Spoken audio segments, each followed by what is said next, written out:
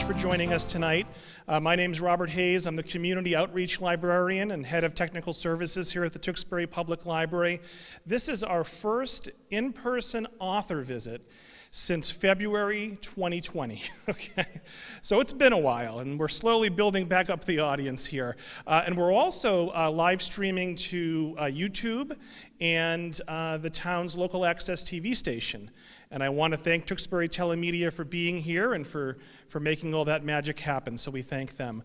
I also want to thank the Friends of the Tewksbury Library, and specifically tonight, I want to thank the Corning Foundation, who is sponsoring all our author visits this summer. We have 20 author visits, about half are virtual and half are in person. So we want to thank the Corning Foundation and Corning Life Sciences, based here in Tewksbury, for their financial support. All right, so if anyone has any cell phones on them, besides myself, please turn them off or turn those to vibrate or silent. That would be greatly appreciated. Restrooms are down the hall on the right before you get to the front desk. I anticipate the program lasting approximately 45 minutes or so. No, I lied. Actually, what's going to happen is Bill will speak for about 40 minutes, then we'll take roughly 15 minutes of audience questions, and if you're watching at home, if you're watching remotely, please email me your questions. I'll make sure to send them to Bill, ask them of Bill, and then we'll take 5 to 10 minutes at the very end. For anyone who's interested, you can purchase a copy of Bill's book and get it autographed by him. And I want to thank the Book Oasis and Debbie and Dan Sullivan from the Book Oasis in Stoneham for providing books for tonight's event. So, all right, I think I've babbled on enough here. So tonight's program is entitled WBCN, How a Radio Station Defined Politics, Counterculture, and Rock and Roll. Author Bill Lichtenstein will discuss his recent book, WBCN and the American Revolution. In 1968, a Harvard Law School graduate student named Ray Ripien founded a radio station that played music that young people, including the hundreds of thousands at Boston area colleges, actually wanted to hear. WBCN-FM featured album cuts by such artists as the Mothers of Invention, Aretha Franklin, and Cream, played by announcers who felt free to express their opinions on subjects that ranged from recreational drugs to the war in Vietnam. At WBCN, creativity and countercultural politics ruled. There was no set playlists. News segments anticipated the satire of The Daily Show. On-air interviewees ranged from John Lennon and Yoko Ono to Noam Chomsky. A telephone listener line fielded questions on any subject, day and night. And from 1968 to Watergate, WBCN was the hub of the rock and roll, anti-war, psychedelic solar system. So in this engaging and genuinely illustrated chronicle, Peabody Award-winning journalist and one-time WBCN announcer Bill Lichtenstein tells the story of how a radio station became part of a revolution in youth culture. So Bill is a journalist and documentary producer, winner of more than 60 major journalism awards. He has written for publications, including in the New York Times, The Nation, The Village Voice, and the Boston Globe, and produced and directed the feature-length documentary WBCN and the American Revolution. He worked at WBCN from 1971 to 77, beginning as a teenage volunteer on the station's listener line. So all of us here in person and those many more watching at home, let's give a big round of applause to Bill for joining us tonight.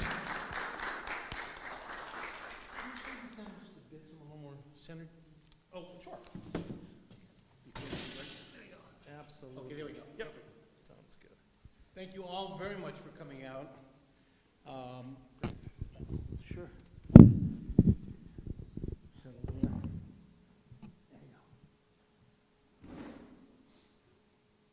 So, and I really appreciate you coming out. I hadn't realized that this was the first live talk since things shut down for COVID. I had written the book and sort of expected to be doing, going to bookstores and going to libraries, and then everything just shut down. We were fortunate that the film actually came out right before COVID, and we were able to have a premiere in Boston where most of the people who were still around from the station were able to come to the Boston premiere, and it was a really great evening. But it's something I really like to do is to talk about it, and so thank you all very much for coming out. What I want to do is first thank Robert Hayes in the library for bringing me out here. As he pointed out, I'm going to talk for about 40 minutes and then take your questions, and then there's copies of the book if anybody wants an autographed copy. I'd be happy to sign it. And there's also the home audience these days. If it's not on the web, it's like not worth doing. So hello to everybody on the internet who's watching. I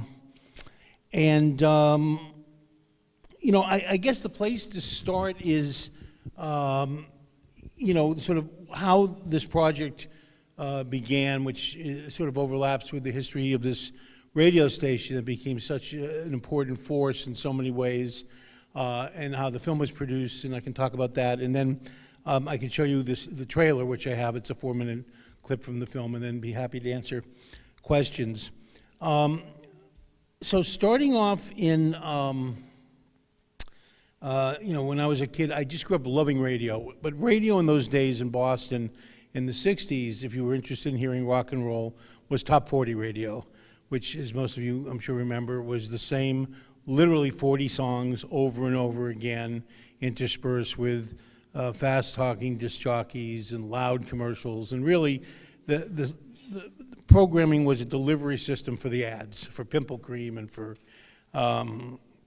advertising dollars. And they had, I think, sometimes as many as 20 minutes of ads in an hour. And that was really the extent to which you could hear rock and roll music on the radio. And then in 1968, what really sort of changed everything was a Harvard law student, graduate student. He was a lawyer, but he was doing graduate work at Harvard Law, named Ray Riepen, came to Boston. He was from Kansas City and began his studies.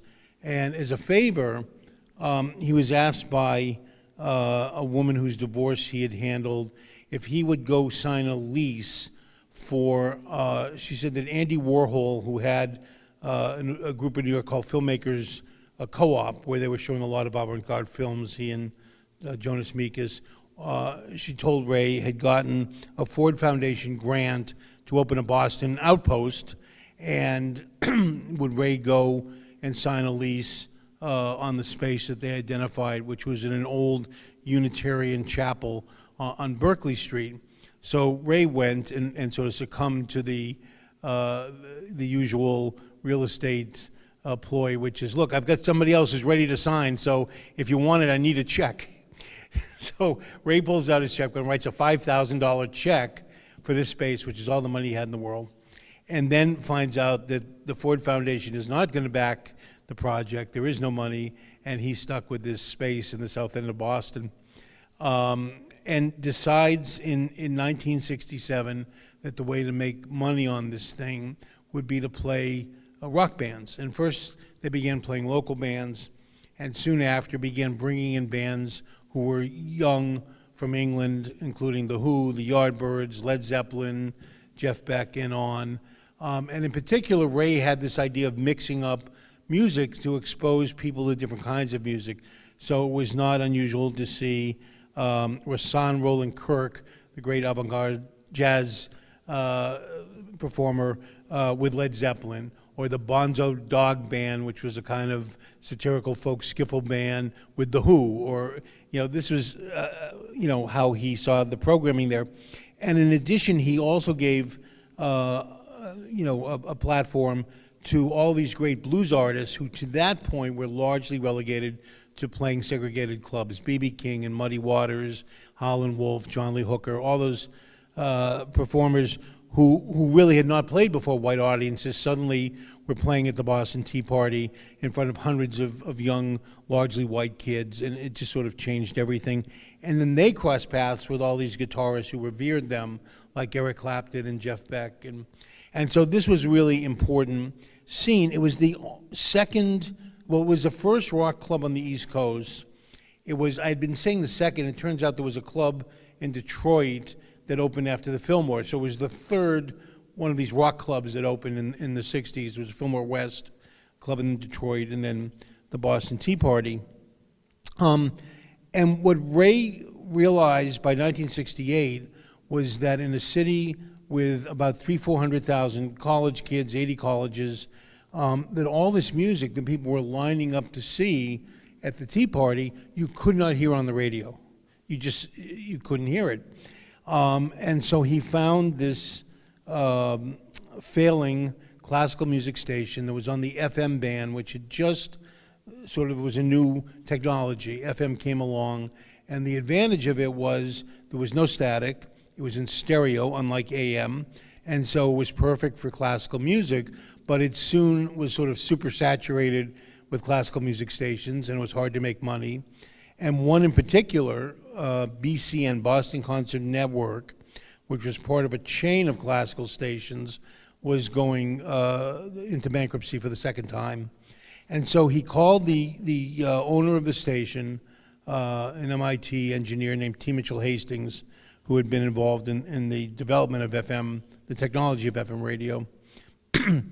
And he asked if he could have just the hours between 12 midnight and 6 in the morning, particularly because people weren't listening to the station, and people were certainly not listening in the middle of the night, and he felt he could use that time and make some money. And almost immediately, he went out and found college kids. And what set BCN apart from a couple of other stations around that time that were starting to play rock and roll on FM, one was WNEW in New York, a station in San Francisco, KSAN, was that he did not hire professional announcers. He hired college kids. And they were college kids that he found literally by driving around the city, listening to the college radio, and then walking in on students while they were on the air and saying, "Hey, I'm Ray Reapin, and I'm building this radio. You want to come work for me?" And they all thought he was, out of his mind, until they realized he really does have this station. And on March 15th, 1968, WBCN went on the air, and it really changed everything. The tone of the station was conversational, and it was unlike anything that people had heard on radio. And one of the most important things, the BCN, its impact, I think, was felt in radio and also more broadly, socially and culturally, which I'll talk about. But the impact on radio was largely felt because, in the words of Tommy Hadges, who was one of the original announcers, he said, we were seeing radio not as a performance. Radio had traditionally been like a performance. You turned on and there's Guy Lombardo on New Year's Eve, or there's radio dramas, The Shadow, or Top 40. It's all coming at you. And he said, we really saw radio as a relationship with our listeners. And when you listen to NPR today, which was not on the air at that point, there was no public broadcasting, and this whole idea of people talking to you, and what do you think of this show, and what do you think of what we're doing here, and that kind of conversational form of radio, it really started with WBCN and these college kids who just would go on the air and were encouraged to talk to listeners as if they were their friends or roommates, and to play any kind of music, and not just any kind of music, but any sound recording. So there was comedy, there was classical music, and really, the broadest selection of music. And when you heard the station for the first time, and I heard it about a year after it went on the air, it really was unlike anything else, and it sort of, I think captured people's imagination. So it had gone on the air in '68. By 1970, I was 13 in an alternative educational program in Newton, Massachusetts, and they said to us, one day a week, we want you to go off and get a volunteer job someplace. And I'd been listening to BCN at that point, so I called them to ask if they needed a volunteer, and lucked out because they had just set up something called the listener line, which, commensurate with the kind of conversational tone on the air, they found they were being inundated with phone calls. So in the days before Google, if you needed information, where would you turn? and more they found that people were calling the station, and it could be anything from, I just got a draft notice, what do I do? Or my roommate took some really bad LSD and I, don't know what to do. Or is there any place open that's still delivering pizza 1 in the morning? Or whatever it was, people would call BCN, and the announcer on the air would answer the phone while they were trying to do a show and have to juggle, in some cases, fairly serious calls with trying to do a radio show. And they got the idea of having volunteers come in to answer the phone and to actually say, whatever you need, call us. And so the listener line was born, and I started working on the listener line. And among the services, it's almost impossible to think about these days. Like, no lawyer in their right mind would let this go on. But they had a thing called Traveler's Friend, where if you need, people were starting to be interested in traveling around the country, but not all of us had, cars or the money to book an airline. Or, and so they would keep lists of people who were driving to particular cities, maybe, to go visit their family or to go to a rock concert. And people were trying to get to these cities, and they would match them up, and once a day they would read them on the air. So John is driving to San Francisco and has room for 3 passengers. If you can share driving and gas, call, and they would give the number out. Or Susie's trying to get to Chicago, and unbelievably, I think it's pretty clear that nobody ever heard of any bad outcome. There might have been, but it just somehow worked. There was also a daily thing called the Cat and Dog Report, where people who had puppies to give away or had lost a cat or could announce it on the air. And this sort of extended the reach of the station into really being this two-way conversation with its listeners. So I started working at the station, answering the listener line at the age of 14. The woman who hired me, who was setting up the volunteers, Kate Curran, to this day swears that I told her I was 16, which I always say that I was in the 9th grade. I couldn't have been 16, but I started at 14. And soon after, the person who was doing news at the station had just arrived, was a guy named Danny Schechter, who became known as the news dissector, was doing 3 newscasts a day by himself. And a few months after I started, he came out and said to me, when you get off, can you do me a favor? Here's my tape recorder. I want you to walk up the street. They were at 312 Stewart Street, and just up the street was the main Boston police station at Berkeley Street and Stewart Street. And he said there's a demonstration there to protest the murder of this Black Panther, Fred Hampton, by the Chicago police. And he gave me like the perfect question for a 14-year-old who had never done an interview before. He said, push the red button. It was one of those Sonys with the piano keys on the end. He said, push the red button and ask people, why are you here? Which, is the perfect question. And so I brought back all this stuff, and he showed me how to edit it. And I began editing news stories, but also creating these montages, which became sort of a signature sound of the station of actuality. It might have been Richard Nixon, or it might have been from an interview with music, with comedy, and a very kind of fast-paced montage. And I did that for a while. And then I was sort of shocked one day. I was called into Norm Weiner's office, who was the program director, and he said, if we gave you a weekly radio show, what would you do with those 4 hours? And like, everybody else at the station just had a lot of ideas of things, local musicians to perform or just, and they ended up giving me a weekly radio show on the weekends, starting when I was 15, that I had until I went off to college. And the station in those days, what made it so important, I think, was that the counterculture had shifted from San Francisco in the Summer of Love in 1967, and by the end of '67, the city was really done with the Summer of Love and there was a real, in fact, there was a famous funeral for hippies in San Francisco to serve notice, don't come with flowers in your hair. And in New York City, where the East Village had become sort of a central countercultural point, there was a very high-profile murder of a drug dealer and his girlfriend that sent shockwaves around. And so things were sort of on the downswing, but Boston, by 68, had suddenly become kind of the center of the counterculture with 400,000 or 500,000 students here. And so almost anybody who was anybody from that era, politically, socially, musically, would pass through Boston. And if they passed through Boston, they would pass through BCN.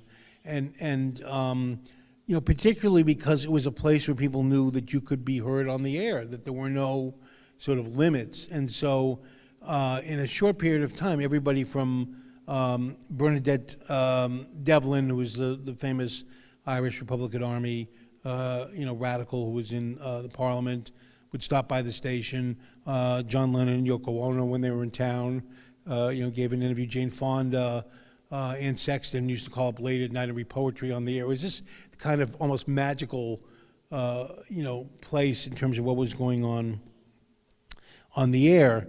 And it continued along, and I ended up, when I turned 18, going off to college and ended up going to New York and working in television at ABC News. But it always sort of had these memories of that era. And in the mid-2000s, there was a moment where, in the wake of the Iraq War and 9/11 and all this sort of repression that was going on without a lot of pushback, there started to be this kind of sense of like, where are the dissidents? Where are the, where's the opposition to Bush? And a couple of things happened that sort of solidified my interest in making this film. One of them was Bruce Springsteen did a benefit for John Kerry, who was running against George Bush, and was roundly criticized for being too political because he did this benefit. And I thought, in our day, if you did a benefit for the Democratic candidate for president, you would be considered, you were a sellout, you were conservative. It seemed hardly like a dramatic thing, but there was a sense of like, oh, this is too political. And at the same time, material started showing up on the internet that either had been lost to the ages or I had never seen. And the two things in particular that I saw that kind of planted the seed for making this film were, first, the day that Dan Ellsberg turned himself in for leaking the Pentagon Papers, I was at the federal courthouse with Danny Schechter, and my recollection was that despite the fact that there were thousands of journalists there, Danny was like right next to him with a microphone, and I found the photo from the Times with Danny literally next to Ellsberg with like a microphone in his face that surfaced on the internet. The other thing that I found was in 1972, Bruce Springsteen, who had kind of mastered playing bars at the Jersey Shore, had begun to start playing in New York with his band, and then tried to get sort of beyond that. And so he spent almost a year in 72, 73 just playing crummy bars in Boston. It was Oliver's and Joe's Place and, just 20, 30 people a night. And in the midst of that, he gave his first radio interview ever at BCN. He came up the station. They had a tuba in the studio. And I remember listening to it, and it was just magic. It was amazing. And particularly the last song they played on the air was Blinded by the Light, his sort of first well-known song. And when I went up the station and took the tape, they recorded it on a half-hour reel, so at the end of 30 minutes, the tape ran out. So it was only like a minute or two of Blinded by the Light. And then something happened that I don't think happened again or before, which was the tape disappeared. It was literally stolen. And, I mean, nobody ever stole anything from that station, a record, a book, nothing. It was just, people had too much respect for what was going on there. But the tape disappeared. And for 30, 40 years, I had this memory of this magical Springsteen first time on the radio, this kid. And it was either on Napster or one of the sort of evolving music sites. It said Bruce Springsteen's first radio performance, and I listened to it. And not only was it that broadcast, but it ran out at like 32 minutes. It stopped in the middle of Blinded by the Light, so I knew it was literally from that tape that somebody had somewhere, but it was out there. And so I started combing around and looking, and it occurred to me that if people had recorded music or broadcasts from that period, it might be possible to do a documentary about the station and the impact that it had as a kind of object lesson on how media and art and culture can create social change. And so starting in 2006 was the first call. There was an article, I think it was in the Herald of all places, saying that we were looking for tapes, and we started getting inundated with tapes, particularly because in those days you couldn't find, well, BCN would play a lot of stuff that wasn't on records, and a lot of stuff was either expensive or you couldn't find it. And so people would just tape the radio and just keep these tapes and carefully write down on cassettes what songs were on the tape. And people also from that era and I did it, a lot of you may have as well, just kept stuff, Life magazines or ticket stubs or posters or buttons from a demonstration. So there was all this stuff, and we started getting tapes and other material from that period, and began to realize there's a lot of stuff out there, and we could really do, a documentary about the station. And the way we approached it was, I've called it archival verite. Cinema verite is where you don't really know what the story is, but you shoot a lot of stuff, and then you sort of figure it out in the tradition of the Maisel brothers or Penny Baker.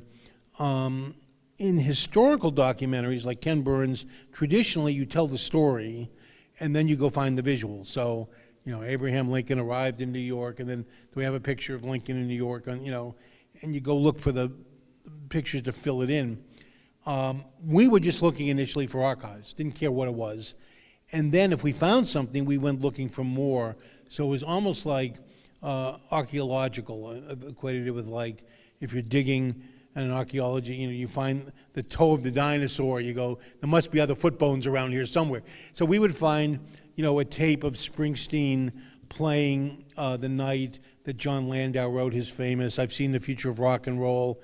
And then we went looking for photos and found photos of that night and began to clump things together as we would find material that was both audio, visual, stories, and eventually could sort of put together the story of the station set against the era. And it became pretty clear from the beginning that the antagonist in all this was Richard Nixon, that he'd come to power in '68, that was the death of Bobby Kennedy is what had really transformed, sort of things in a bad way.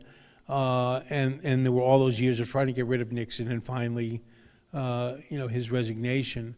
And there was a line that I was trying to figure out how to work it into the film. It's in the book. I think, I thought it was Ralph Gleason who started Rolling Stone, but it's still not clear where it came from. But the line was, back in those days, no matter what you were doing, if you were studying for a test or shopping, making love to your significant other, somewhere in the back of your mind, you were always thinking, we've got to get rid of Nixon.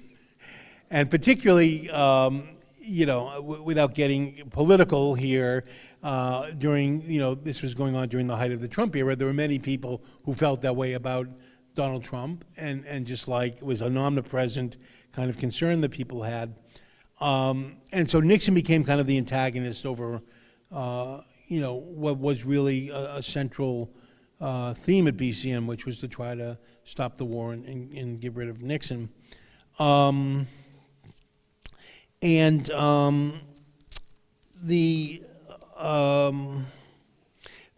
was really interesting was to see and plot out the impact that it had on really the important, cultural and social political changes that took place in a very short period of time, including second wave feminism. BCN was very involved in getting women on the radio, which in those days, unbelievably, women were not on the radio very often. There was a kind of accepted belief that women's voices were annoying.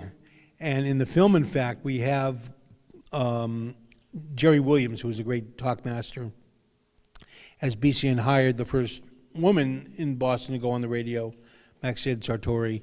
And we have a tape of Jerry Williams on the air saying women don't belong on the radio. They try to sound like men, and just shocking, And I think as an object lesson, for young women who many times sort of roll their eyes when they hear the word feminism or feminist, not to understand that not so long ago this is what was going on, and to see what it took to change it. It changed in part because BCN at that point, which was an all-male air staff, disc jockeys, the most prominent of which, and arguably the most politically evolved, Charles Lockwood Era, went on the air and did a public service announcement in which he said Project Place, which is still around, is a rehab and program to help people in need, is looking for therapists. And so if you can volunteer your time, give them a call. And if you're a chick and you can type, they need your help too. And a group of women who were just forming what became Bread and Roses said, this is crazy. And they were huge BCN fans, but they went to the station and they dumped a box of baby chicks on the general manager's desk and said, those are chicks, we're women. And BCN, to its credit, gave them what was the first women's show, which we actually had a copy of, which talked about inequality of pay and domestic violence and all of these issues, and also went out and hired the first 3 women to be on the air as announcers, and really sort of led the way in reforming, I think, that situation. BCN also had the first gay and lesbian program anywhere that was on the radio, called the Lavender Hour, which wasn't like a heavy-handed, cultural. It was a program really about sort of the culture of being gay. So there was music and events and John Scagliotti, who has gone on to produce a number of important documentaries about the history of the gay rights movement, said, what happened was it wasn't a big deal. He was at BCN with his partner, and that sort of wasn't a big deal. And in his, circle of friends, they were gay, and that wasn't a big deal. But suddenly they're doing the show on the radio, and it's a 50,000-watt station. It's getting out to Vermont and New Hampshire, and suddenly there's this gay thing on the radio that really had a tremendous impact. And I think, it goes to one of the things that BCN, that set BCN apart, and that was that it was not, like in the basement of a church and, BCN, by the time 73 came, was on the top of the Prudential Building on the 50th floor. T. Mitchell Hastings, who remained the owner through that period, had this psychotic dream that he wanted BCN to be on the top of the Prudential Building. And I've spoken to people in real estate. It's clear that at that time, being in the 50th floor inside the skywalk, so after like 8 at night or 9 at night, you had exclusive run of the skywalk till 10 the next morning, that space with its views had to have been the most expensive per foot space in New England. It was the tallest building in New England, and that was, there wasn't anything more expensive. So here's this radical underground station with dope smoking, subversive disc jockeys, on top of the Prudential Building, but it gave BCN a presence, where I think wherever you are in Boston, as people look to the Prudential to kind of navigate, it was there. And I think it gave people a sense that the station was sort of there. And, people would call the station. I wrote a line in one of our funding proposals that said, people calling the station knew they were always just a button push away from being live on the air. It was just, if there was something going on, somebody would call up, hold on, and suddenly they would be on the air without any delay or anything. And it was just that kind of station, and I think it engendered this incredible sense of love from people that I still find like I'm trying to wrap my brain around. I said to somebody that the only other cultural phenomenon I can think of from 50 years ago that's gone, that when you mention it, people just melt is maybe the Brooklyn Dodgers. You know, just if you grew up with the Dodgers and it's that kind of, BCN, it just has this connection to people, I think because it was there when people experienced so many things, and it was such a transformative period of time, you know, that it just touched people, and also in a way that only radio can really affect people because it's on and you're sort of using your, you know, imagination. So that's the story. I'm going to show you the trailer, and then I'm happy to take any, you know, questions you have about the film or the book or anything else. Thanks. All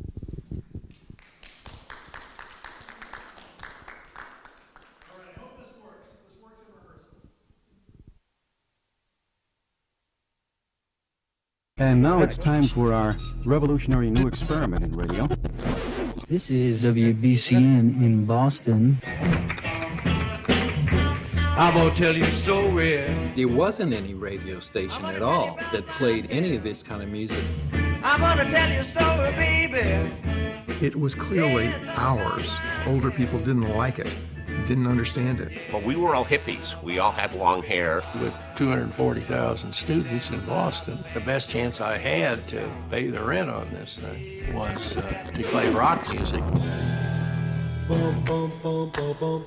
For the first time, there was an outlet for music like this on the radio. You'd hear some Muddy, you'd hear some Grateful Dead. The Jefferson Airplane, Steve Miller Band, Quicksilver Messenger Service, and Donovan. Jimi Hendrix. Hello, Bruce Springsteen. We're on the air? Yeah, we're on the air. Hey! This is my very first time on radio, and I want to say hello to my mother who lives in California. Hi, Mom. You were not going to hear this music anywhere except at WBCN.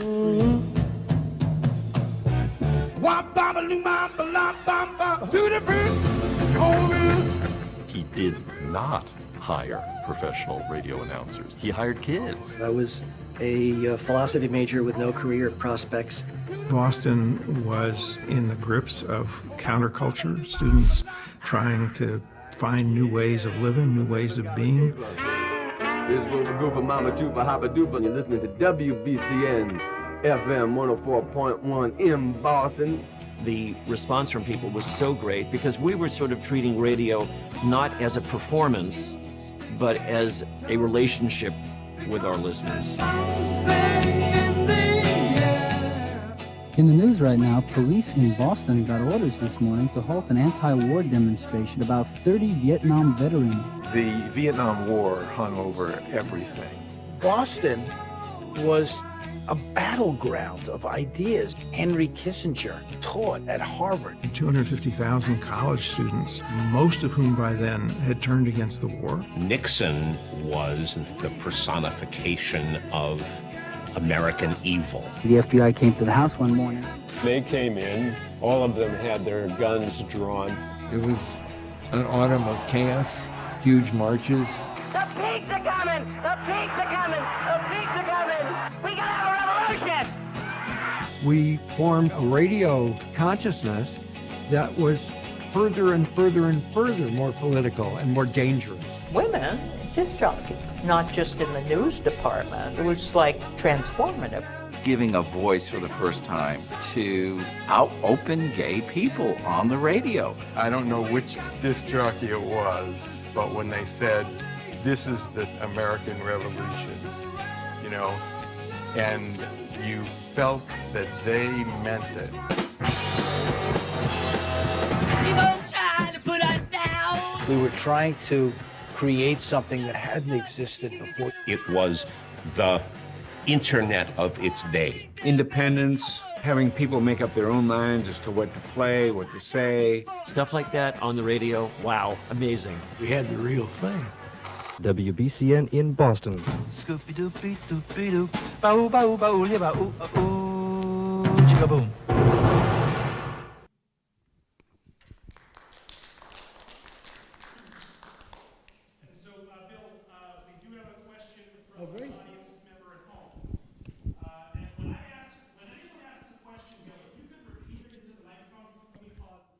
Sure. And now it's time for our... Of course. So question from Teresa, watching from home. What did your parents think about you volunteering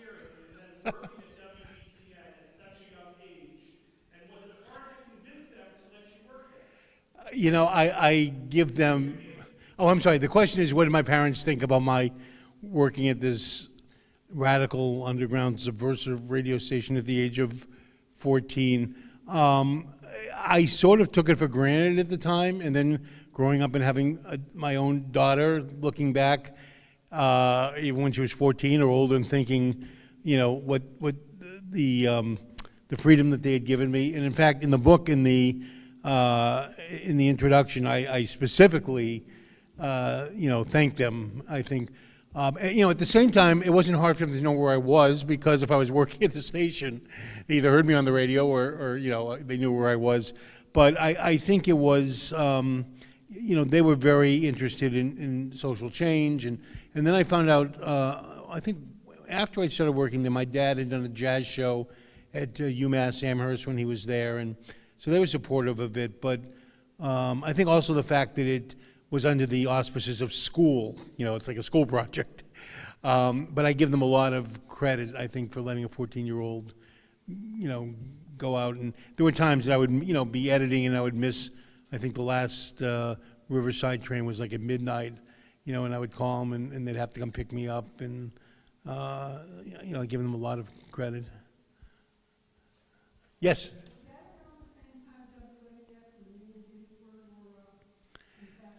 The question is, was that around the same time of WMEX and Woo Woo Ginsburg?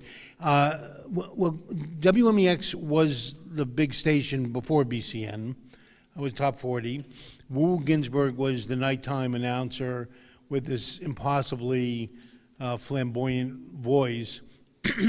What was interesting was he went on to become a radio manager and a sales guy, and was very prolific radio salesperson. And Ray Reapin at one point hired him as general manager of BCN for a short time, and it was like oil and water. It just didn't work. But yeah, no, that was, and in the film, in fact, there's a clip of Arnie, and just, because that's what radio was before BCN. If you wanted to hear anything approaching rock and roll, it was, and every city had a station like WMEX, top 40 station with, kind of loud, fast-talking announcers, and always.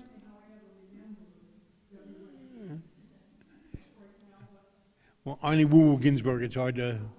I think he just passed away recently. He was living in Maine. Other questions? Bill, I know that this talk was focused on sort of the history and the beginning and the heyday of WBCN. But what happened at the end? Why did it go away? Sure, and there's an obvious question like, why did we? The film goes through '74 when Nixon left office, the war in Vietnam, and did most of the people who were there went on to do other things, and there was a kind of logical endpoint as the we generation became the me generation.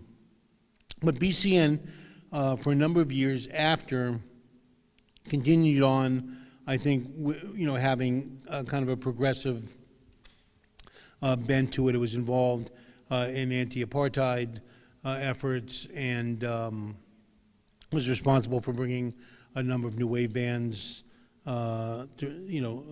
breaking bands like The Clash and Elvis Costello. And then it sort of floundered for a number of years, and by 2009, the ratings were bad. There wasn't anything particularly interesting about it. And CBS, which owned the station at that point, wanted to have an FM sports station for the first time in Boston. So they had to find a spot.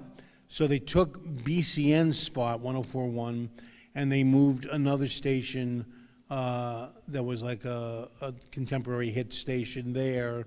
BCN went off the air, and then they gave the more powerful signal to the sports station.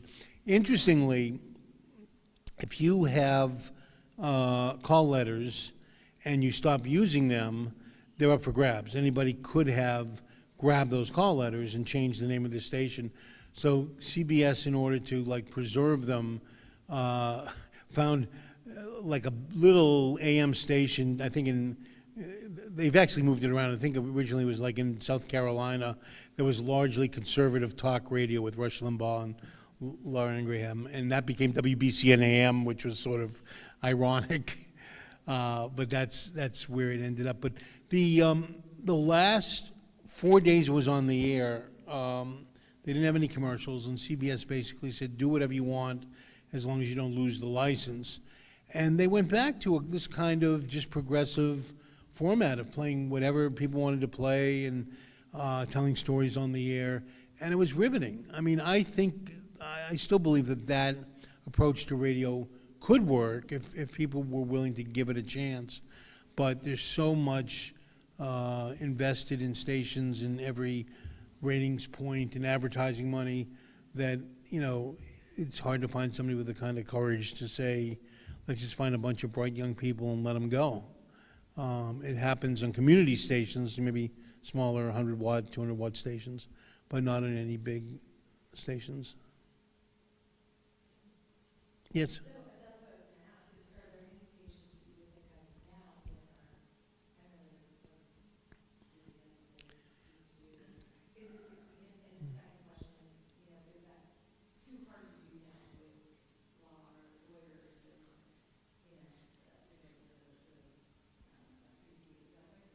Yeah.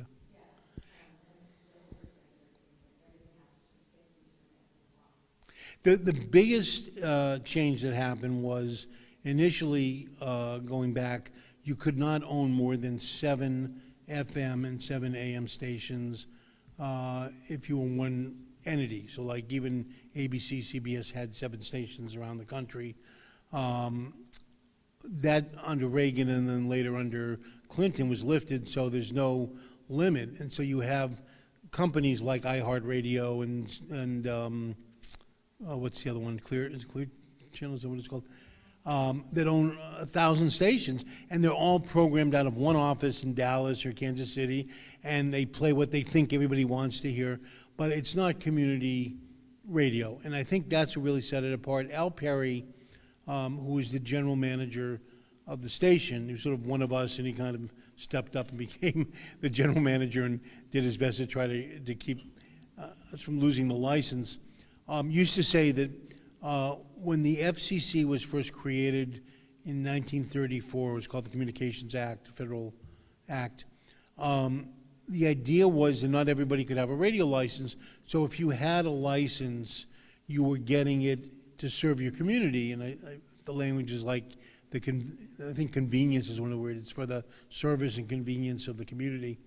And it was his contention that the station that was most like what they envisioned radio would be was WBCN, because it really had that sense, if you walked in the door there and said, I've got this thing I need help with, that they would, bring it to bear.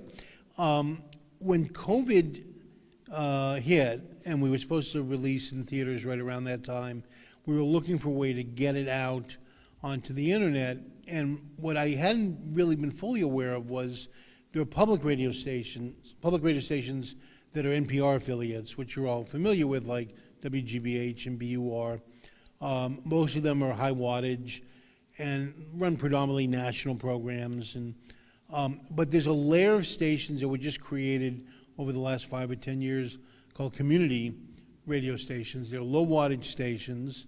Some of them are on 50 or 100 watts, and they're not commercial. They're not public radio, they're not NPR affiliated. And so we started working with them to put the film online, and we would split the revenue with these stations, and they could promote it, come watch this film about this kind of radio that we do. And so I got to meet a lot of them, and I think, in fact, we just did a benefit for one in Vermont. I think those stations are most like what BCN was like. If you walk in the door, it's just that kind of community sense. I think in all the years I was at BCN, we were talking about this, they never placed like a classified ad, for a job, or people would just wander in, I'm a artist, you need a poster, or it was just this kind of, open door policy of people coming in to help, and I think that really lives on in community radio stations. The problem is they don't have the power to really reach large numbers, but with the internet more and more, you can listen to them online, and so, a lot of them are getting out there. I think also there are a number of college stations that do just great programming, but the problem is students turn over, and a lot of them are, rather than, playing different kinds of music, it's sort of slots. So there'll be 2 hours of jazz and then 2 hours of blues. But I think college radio does a lot of really interesting stuff as well. But, I think there's a renewed interest in radio among young people who I often hear it called curated. I think for young people who sort of get bored with the idea that this computer is going to pick songs and they all sound basically the same as the one you started with, that the idea that there's somebody there who has something to say, who's going to pick music or talk, or they're curating the music, and I think has kind of a newfound appeal. I think it's also a reason podcasts are sort of interesting to people now. But BCN. The thing I think that's interesting is what's changed is BCN had all that technology to reach maybe, a couple 100,000 listeners at a time in Boston. Any kid walking down the street these days with a phone can reach 500 million or 1 billion people through YouTube or through TikTok or whatever. But again, I borrowed this line from Apple. We used it in one of our funding proposals. We've never lived in a time when it's been easier to communicate but more difficult to be heard. And I think that really has to do with, the message. And I think if you get the right message, the possibility of reaching huge numbers of people is there. But it's really just, I keep looking for somebody who's going to write a great protest song about what's going on, or I think the lesson of the film in BCN really is that social change comes not from just going to a demonstration or clicking like on a protest page on Facebook, but culturally using whatever skills you have and talents you have to try to change things. And I think that's what was the lesson of that era, that everybody sort of brought to the table whatever it was that they did, and together, there were tremendous changes made in a short period of time.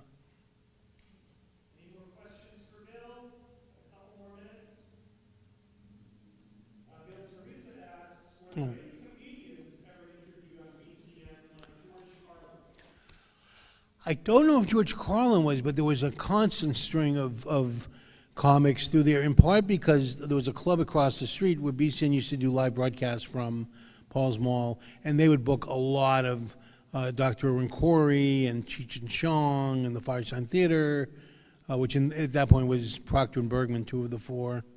And so Guido Sarducci, Don Novello, there was a constant sort of string of, and then later on there were, I think, announcers who really focused on comedy in a way as comedy clubs sort of took off in the 70s and 80s. But certainly we would play. BCN was one of the first places to play Monty Python, Firesign Theater. We would intersperse songs with comedy bits. Lenny Bruce, in fact, somebody got fired one night because they fell asleep, and there was a particular Lenny Bruce album that had the F word, and it just sort of unfortunately stuck on that over and over again. But yeah, no, that was part of the, the programming there. Do you have a question?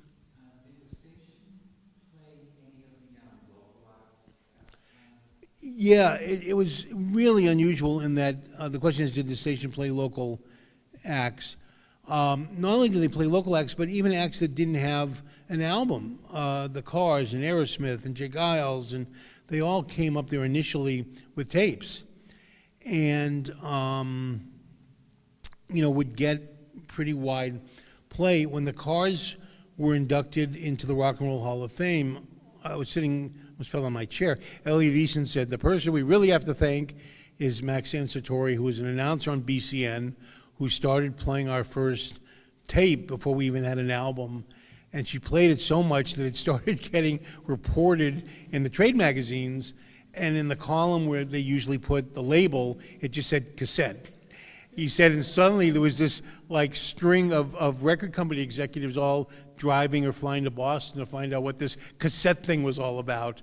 But no, they did. And interestingly, it was sort of understood that that's part of what we did, but it was really uncommon, and it still is uncommon for stations in most cities to play local bands, no matter how good they are. And I asked Joe Rogers in the interview, he was the first announcer on the air. He was the one that, in the trailer, it was a black and white of him spinning a record. And I said, what was the thinking in the beginning about doing that? And in this very Zen-like way, he said, well, we just thought if they were good, we wanted them to be successful. Why wouldn't we? And it was like, it just made sense. I mean, that's exactly what it was. It was just, and so not only would they play the bands, but they would feature them live at a local club. They would, promote them when they were in local clubs. And there really was this sort of sense of Boston being an incubator for music, that you got all of that support while bands would go out night after night and hone their craft of performing. And, it was really a very exciting period for that reason. Well, yeah, I mean, Peter Wolf, and it started with, BCN being in the back room of the Tea Party. There are tapes, of The Who when they were there, or others, well, I guess it wasn't in the trailer, but there was a point at which early on, T. Mitchell Hastings liked having, the money that was coming in from this kind of programming, but didn't want these hippies in the station on Newbury Street, where, he had these lovely offices for his classical music station. So Ray bought a little, like, turntable, 2 turntables and kind of thing a disc jockey might have for weddings, and installed them in the back room of the Boston Tea Party. So they were broadcasting from the dressing room of the Tea Party, and you could hear them in the background, or the Who would go walking by, or the day Tommy album came out, they stopped by to talk. And so from the beginning, there was this presence of musicians on the air, which really had never happened. And really, musicians stopping by to play on the radio had never really, happened before. But that was part of the kind of breakthrough, was that interaction, from the beginning. And Peter Wolf was important because he, I guess he had his own band, was playing at the Tea Party. Ray is the one who said, you should talk to this guy, Jay Giles, they need a singer, and sort of put them together. But Peter was on the air doing the all-night show, and where he was also developing that Woofa Goofa persona. And, it was pretty, amazing to turn on like an FM station. There's, Peter Wolf doing his thing. But yeah, that was another part of the overlap between the bands and who was on the air there. So Bill, it's 7:59. Yes, sir. Respectful of your time. I'm good. So, do you have any last words for the audience before we wrap it up? No, I just really appreciate everybody coming out. There is a growing body of material online at UMass Amherst. There's a archive. We got so much stuff that it became impossible for us to digitize, to track. And I should say, the audio restoration, which in some cases were cassettes that were 50 years old that needed to be baked or steamed, or was done by Paul Adams, who lives in Tewksbury and has a company called Mass Productions. It was all done here.